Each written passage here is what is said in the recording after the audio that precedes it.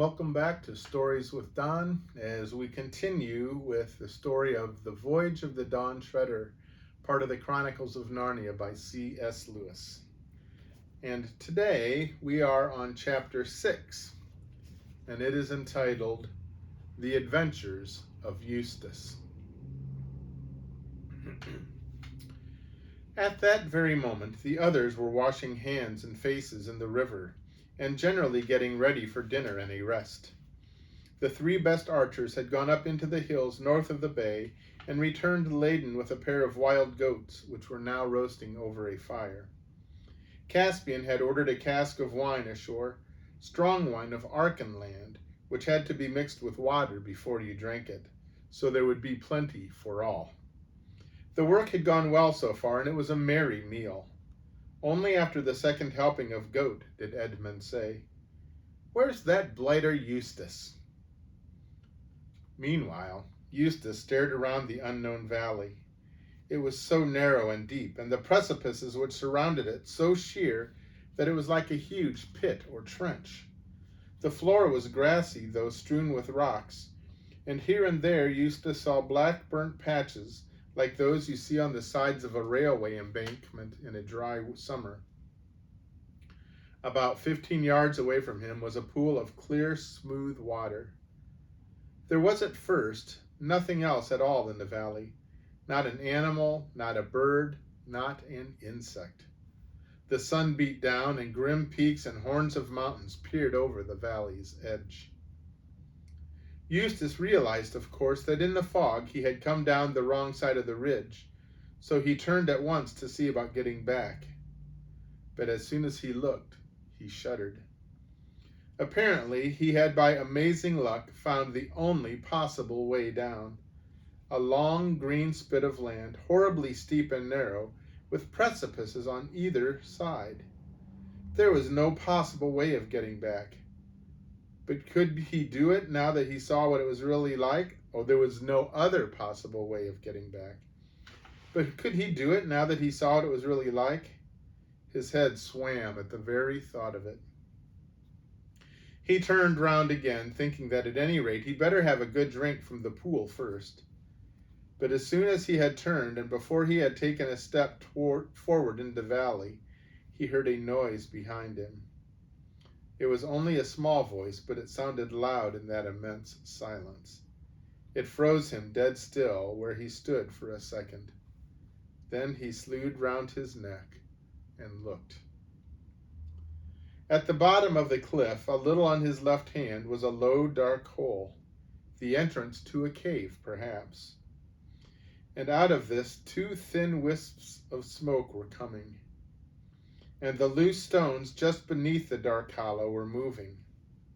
That was the noise he had heard, just as if something were crawling in the dark behind them.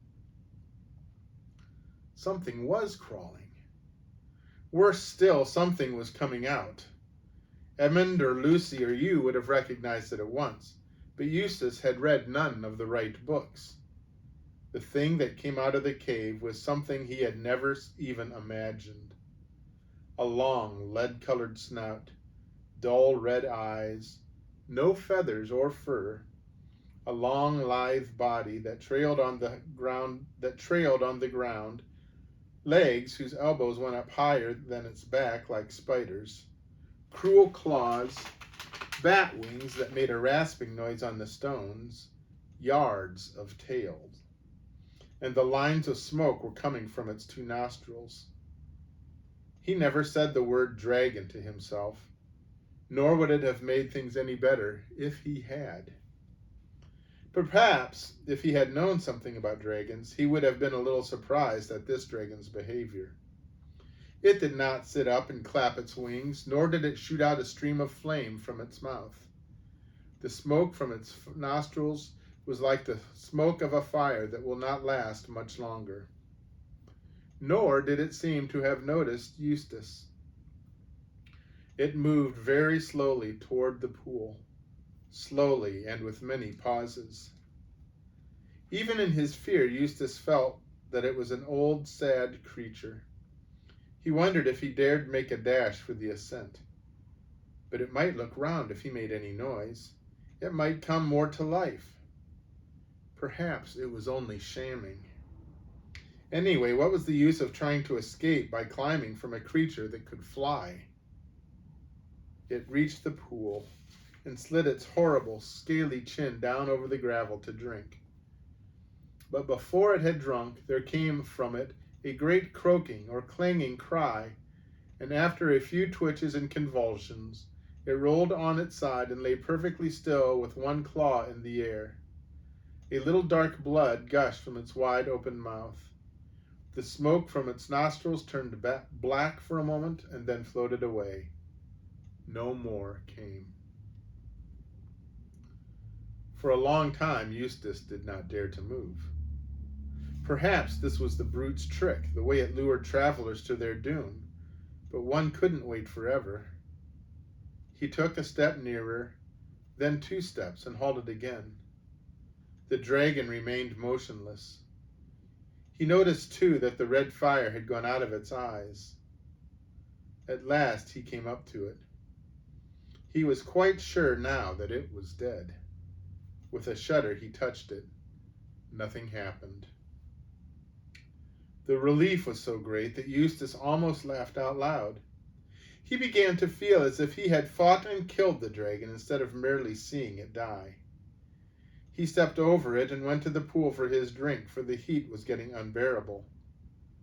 He was not surprised when he heard a peal of thunder. Almost immediately afterward, the sun disappeared, and before he had finished his drink, big drops of rain were falling. The climate of this island was a very unpleasant one. In less than a minute, Eustace was wet to the skin and half blinded by such rain as one never sees in Europe. There was no use trying to climb out of the valley as long as this lasted. He bolted for the only shelter in sight, the dragon's cave. There he lay down and tried to get his breath. Most of us know what we should expect to find in a dragon's lair, but as I said before, Eustace had read only the wrong books. They had a lot to say about exports and imports and governments and drains, but they were weak on dragons. That is why he was so puzzled at the surface on which he was lying. Parts of it were too prickly to be stones and too hard to be thorns, and there seemed to be a great many round, flat things, and it all clinked when he moved. There was light enough at the cave's mouth to examine it by, and of course Eustace found it to be what any of us could have told him in advance: treasure. There were crowns, those were the prickly things, coins, rings, bracelets, ingots, cups, plates, and gems. Eustace, unlike most boys, had never thought much of treasure, but he saw at once the use of it would be in this new world which he had so foolishly stumbled into through the picture in Lucy's bedroom at home. "They don't have any tax here," he said, "and you don't have to give treasure to the government. With some of this stuff, I could have quite a decent time here, perhaps in Calormen. It sounds the least phony of these countries. I wonder how much I can carry. That bracelet, now, those things in it are probably diamonds. I'll slip that on my wrist. Too big, but not if I push it right up here above my elbow. Then fill my pockets with diamonds. That's easier than gold. I wonder when this infernal rain's going to let up." He got into a less comfortable part of the pile, where it was mostly coins, and settled down to wait. But a bad fright, when once it is over, and especially a bad fright following a mountain walk, leaves you very tired. Eustace fell asleep. By the time he was sound asleep and snoring, the others had finished dinner and became seriously alarmed about him. They shouted, "Eustace! Eustace! Cooey!" till they were hoarse, and Caspian blew his horn. "He's nowhere near. He'd have heard that," said Lucy with a white face. "Confound the fellow," said Edmund. "What on earth did he want to sling away like this for?" "But we must do something," said Lucy. He may have got lost, or fallen into a hole, or been captured by savages. Or killed by wild beasts, said Drinian. And a good riddance if he has, I say, muttered Rince. Master Rince, said Reepicheep, you never spoke a word that became you less. The creature is no friend of mine, but he is of the Queen's blood. And while he is one of our fellowship, it concerns our honor to find him, and to avenge him if he is dead. Of course, we've got to find him, if we can, said Caspian wearily. That's the nuisance of it. It means a search party and endless trouble. Bother Eustace. Meanwhile, Eustace slept and slept, and slept. What woke him was a pain in his arm. The moon was shining in at the mouth of the cave, and the bed of treasure seemed to have grown much more comfortable. In fact, he could hardly feel it at all. He was puzzled by the pain in his arm at first, but presently it occurred to him that the bracelet, which he had shoved up above his elbow, had become strangely tight. His arm must have swollen while he was asleep. It was his left arm. He moved his right arm in order to feel his left, but stopped before he had moved it an inch and bit his lip in terror. For just in front of him, and a little on his right, where the moonlight fell clear on the floor of the cave, he saw a hideous shape moving. He knew that shape. It was a dragon's claw. It had moved as he moved his hand and became still when he had stopped moving his hand. Oh, what a fool I've been, thought Eustace. Of course the brute's had a mate and it's lying beside me. For several minutes he did not dare to move a muscle. He saw two thin columns of smoke going up before his eyes, black against the moonlight, just as there had been smoke coming from the other dragon's nose before it died. This was so alarming that he held his breath. The two columns of smoke stopped. When he could hold his breath no longer, he let it out stealthily. Instantly, two jets of smoke appeared again, but even yet, he had no idea of the truth. Presently, he decided he would edge very cautiously to his left and try to keep out of the cave. Perhaps the creature was asleep, and anyway, it was his only chance. But of course, before he edged to the left, he looked to the left. Oh, horror! There was a dragon's claw on that side, too. No one will blame Eustace if at this moment he shed tears. He was surprised at the size of his own tears as he saw them splashing onto the treasure in front of him. They also seemed strangely hot. Steam went up from them. But there was no good crying. He must try to crawl out from between the two dragons. He began extending his right arm. The dragon's foreleg and claw on his right went through exactly the same motion. Then he thought he would try his left. The dragon limb on that side moved too.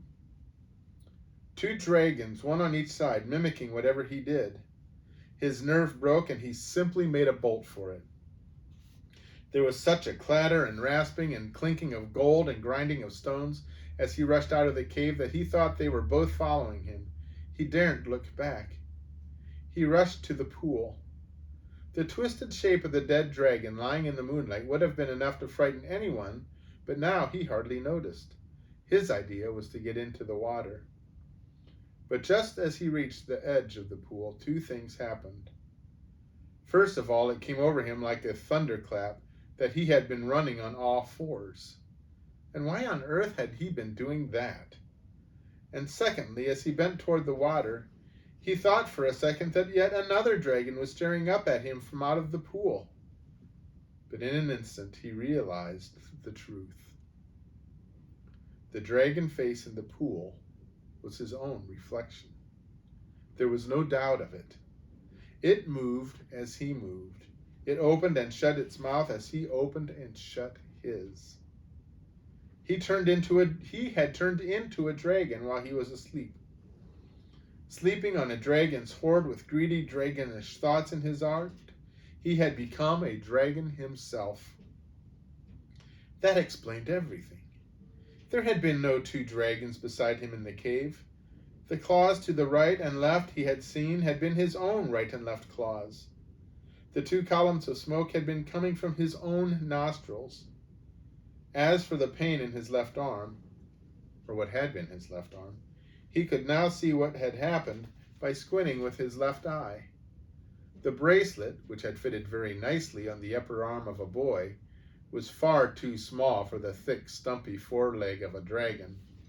It had sunk deeply into his scaly flesh, and there was a throbbing bulge on each side of it.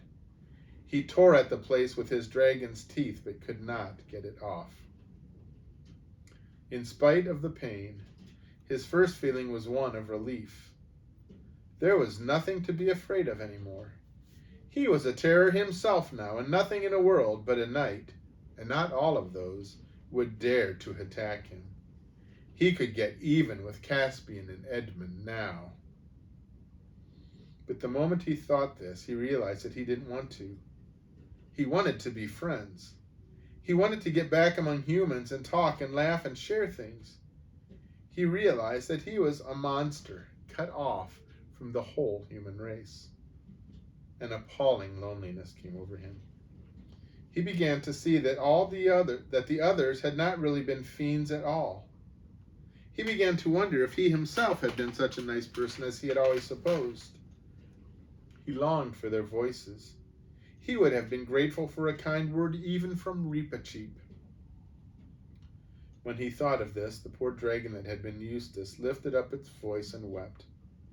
A powerful dragon crying out its eyes under the moon in a deserted valley is a sight and a sound hardly to be imagined. At last he decided he would try to find his way back to the shore. He realized now that Caspian would never have sailed away and left him, and he felt sure that somehow or other he would be able to make people understand who he was. He took a long drink, and then, I know this sounds shocking, but it isn't if you think it over, he ate nearly all the dead dragon. He was halfway through it before he realized what he was doing. For you see, though his mind was the mind of Eustace, his taste and his digestion were dragonish, and there is nothing a dragon likes so well as fresh dragon. That is why you so seldom find more than one dragon in the same country. Then he turned to climb out of the valley. He began the climb with a jump, and as soon as he jumped, he found that he was flying. He had quite forgotten about his wings, and it was a great surprise to him, the first pleasant surprise he had had for a long time. He rose high into the air and saw innumerable mountaintops spread out beneath him in the moonlight. He could see the bay like a silver slab, and the Dawn Treader lying at anchor, and campfires twinkling in the woods beside the beach. From a great height, he launched himself down toward them in a single glide. Lucy was sleeping very soundly, for she had sat up till the return of the search party in hope of good news about Eustace. It had been led by Caspian and had come back late and weary.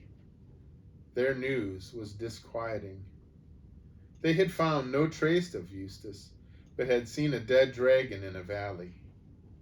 They tried to make the best of it, and everyone assured everyone else that there were not likely to be more dragons about, and that one which was dead at about 3 o'clock that afternoon, which was when they had seen it, would hardly have been killing people a very few hours before. Unless it ate the little brat and died of him, he'd poison anything, said Rince. But he said this under his breath, and no one heard it. But later in the night, Lucy was awakened very softly, and found the whole company gathered close together and talking in whispers. "What is it?" said Lucy. "We must all show great constancy," Caspian was saying. "A dragon has just flown over the treetops and lighted on the beach. Yes, I am afraid it is between us and the ship, and arrows are no use against dragons, and they're not at all afraid of fire." "With your Majesty's leave," began Reepicheep. "No, Reepicheep," said the king very firmly. "You are not to attempt a single combat with it, and unless you promise to obey me in this matter, I'll have you tied up." We must keep close watch, and as soon as it is light, go down to the beach and give it battle. I will lead. King Edmund will be on my right, and the Lord Drinian on my left. There are no other arrangements to be made. It will be light in a couple of hours. In an hour's time let a meal be served out and what is left of the wine, and let everything be done silently. Perhaps it will go away, said Lucy. It'll be worse if it does, said Edmund, because then we shan't know where it is. If there's a wasp in the room, I'd like to be able to see it. The rest of the night was dreadful. And when the meal came, though they knew they ought to eat, many found that they had very poor appetites.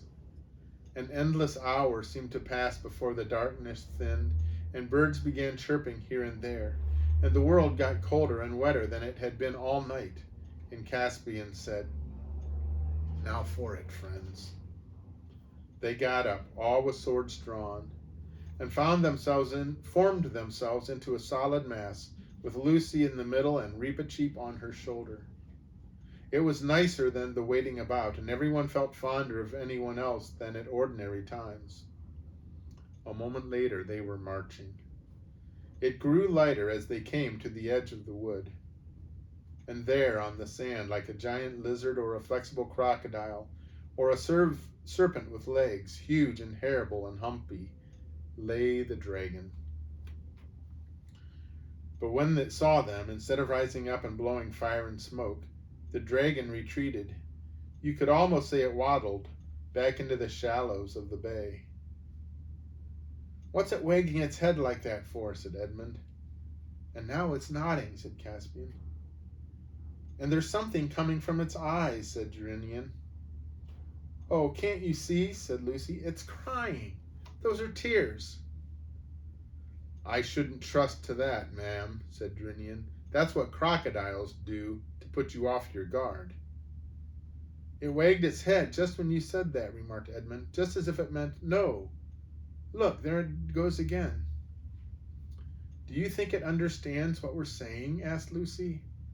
The dragon nodded its head violently. Reepicheep slipped off Lucy's shoulder and stepped to the front. "Dragon," came his shrill voice, "can you understand speech?" The dragon nodded. "Can you speak?" It shook its head. "Then," said Reepicheep, "it is idle to ask you your business. But if you will swear friendship with us, raise your left foreleg above your head." It did so, but clumsily, because the leg was sore and swollen with the golden bracelet. "Oh, look," said Lucy, "there's something wrong with its leg. The poor thing. That's probably what it was crying about. Perhaps it came to us to be cured, like in Androcles and the lion." "Be careful, Lucy," said Caspian. "It's a very clever dragon, but it may be a liar." Lucy had, however, already run forward, followed by Reepicheep, as fast as his short legs could carry him. And then, of course, the boys and Drinian came too. "Show me your poor paw," said Lucy. "I might be able to cure it."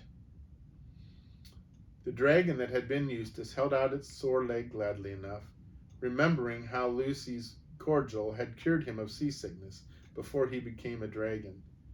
But he was disappointed. The magic fluid reduced the swelling and eased the pain a little, but it could not dissolve the good. Everyone had now crowded round to watch the treatment, and Caspian suddenly exclaimed, "Look!" He was staring at the bracelet. That is the end of that chapter. So I wonder what's going to happen next. I hope you're liking it. I hope that you had a wonderful weekend, and I hope that you are well and that you stay that way. May God bless you. Goodbye.